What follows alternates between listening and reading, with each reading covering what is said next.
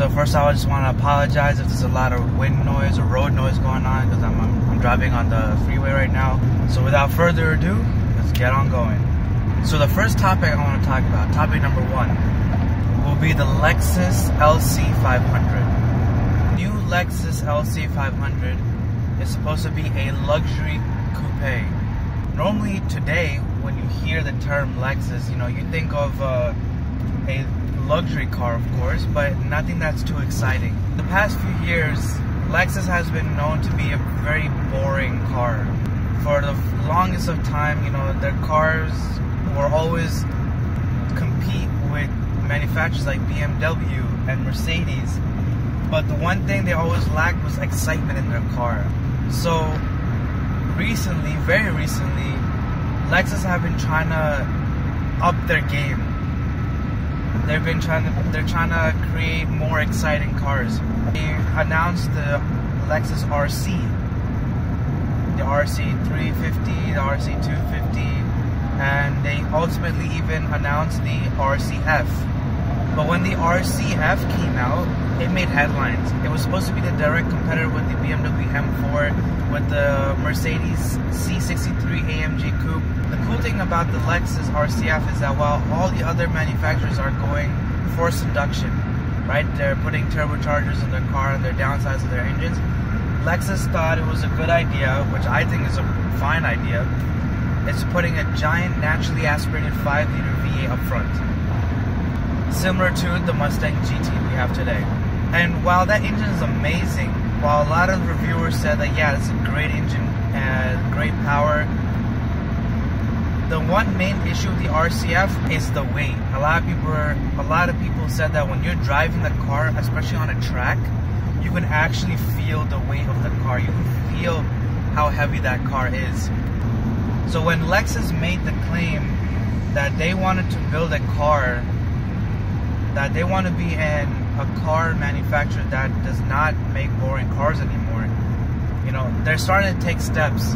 So the RCF and the ISF, they were great steps, but they weren't up there. They didn't really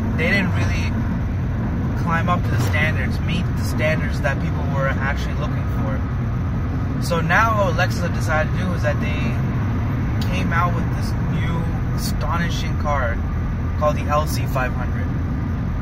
And man, does this car look beautiful. I think this car in every angle looks amazing. Another cool thing about this car is that it still has the naturally aspirated 5-liter V8 up front, which is cool, which is like, it's kind of weird that a Japanese manufacturer is making a car with a larger engine than its competitors, which I think is, bravo Lexus, you're taking chances right now.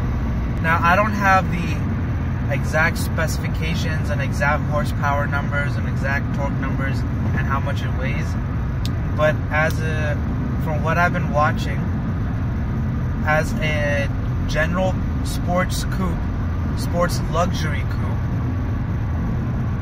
the car has been receiving a lot of praise. A lot of people have said that this car as a luxury coupe is fantastic, that it definitely meets with whatever Mercedes is producing, whatever BMW is producing, which is cool, which is great. But there was this one person that I was watching on YouTube, and he said that while the car is great on the road, on track it still doesn't meet that expectation of a sporty car, because it's slightly bigger, wider, and longer. And again, I don't remember the exact weight of the car, but I think it's still decently heavy compared to its competitors.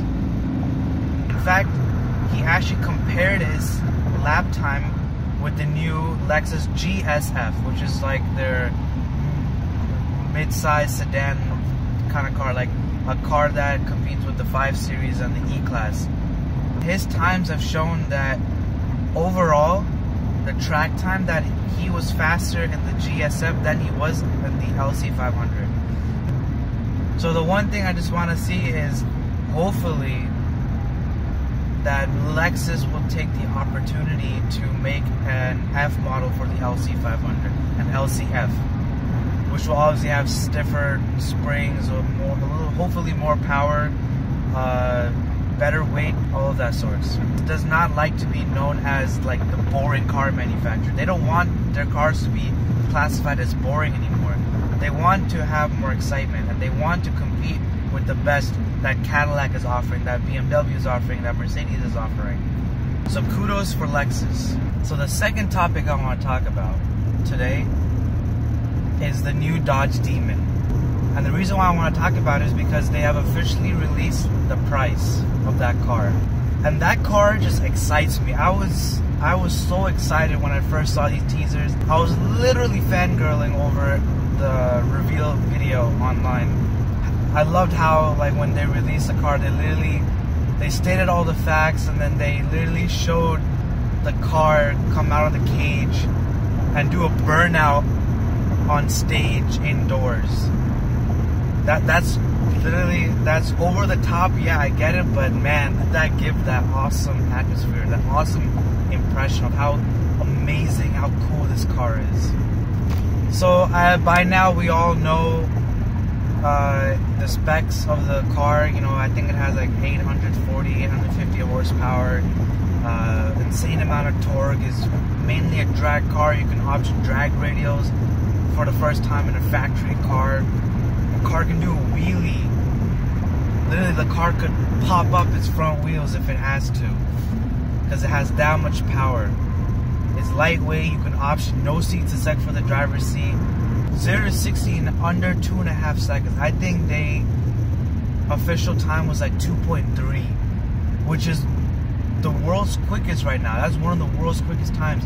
That's Bugatti Chiron level. That's Porsche 918 level. Those are $1 million cars. And even Teslas, which is still expensive. Like those cars are 6-digit cars, and it takes that much to reach of a speed to reach 0 to 60 in under 2.5 seconds. But now we have an American muscle car that can obliterate literally almost anything on the highway today. The Hellcat was crazy enough, but now you just add this Demon, which is literally almost satanic. So the base price starts around right under $86,000 or right under $85,000. And for a car that can obliterate multi-million-dollar cars such as the Bugatti Chiron, sure, it's not as luxurious or prestigious as a Bugatti or a McLaren P1, but if you're all about those numbers and power, just pure raw excitement, the Demon will deliver. I'm watching videos online, literally the excitement in me when I talk about this car is just like, I get so hyped, because, you know, it's crazy how just a few years ago nobody would bat an eye on American cars, muscle cars especially. It's like the Mustang and the Camaro. Nobody really thought about that when considering for a nice sports car. And the fact that if you wanted a really fast and powerful car, you would have to spend a lot of money. Yeah, I know $85,000, $86,000 is not cheap, but for its competition, where it's keeping up and even beating cars that are in the $1 million range, like, come on, you can't even beat that. Like, the car's not even $100,000. The car's not even $200,000. It's under $100,000, well under $100,000. And even with options, you know, you might be getting close to $100,000, but you're still lower than what you would spec out a Tesla, what you would spec out a Porsche or anything like that. So this trend that we're seeing, I'm excited for that. I want to see more of this. I want to see American cars. You know, I'm biased because I've grown up in America and I do live in Texas, so I have this bias towards high horsepower, bigger engines, and I just love seeing this trend that's happening, that, you know, there is no replacement for displacement. as corny as that sounds. Alright guys, so thank you so much for tuning in for today's episode. I do apologize if the voice is not that clear. I am driving on the highway today, and in Houston, you know, majority of the highways are concrete, so they make a lot of road noise. So hopefully my voice comes across pretty clear. I hope that you guys learned a few things today. Please, if you haven't subscribed already, please subscribe to my channel for more videos.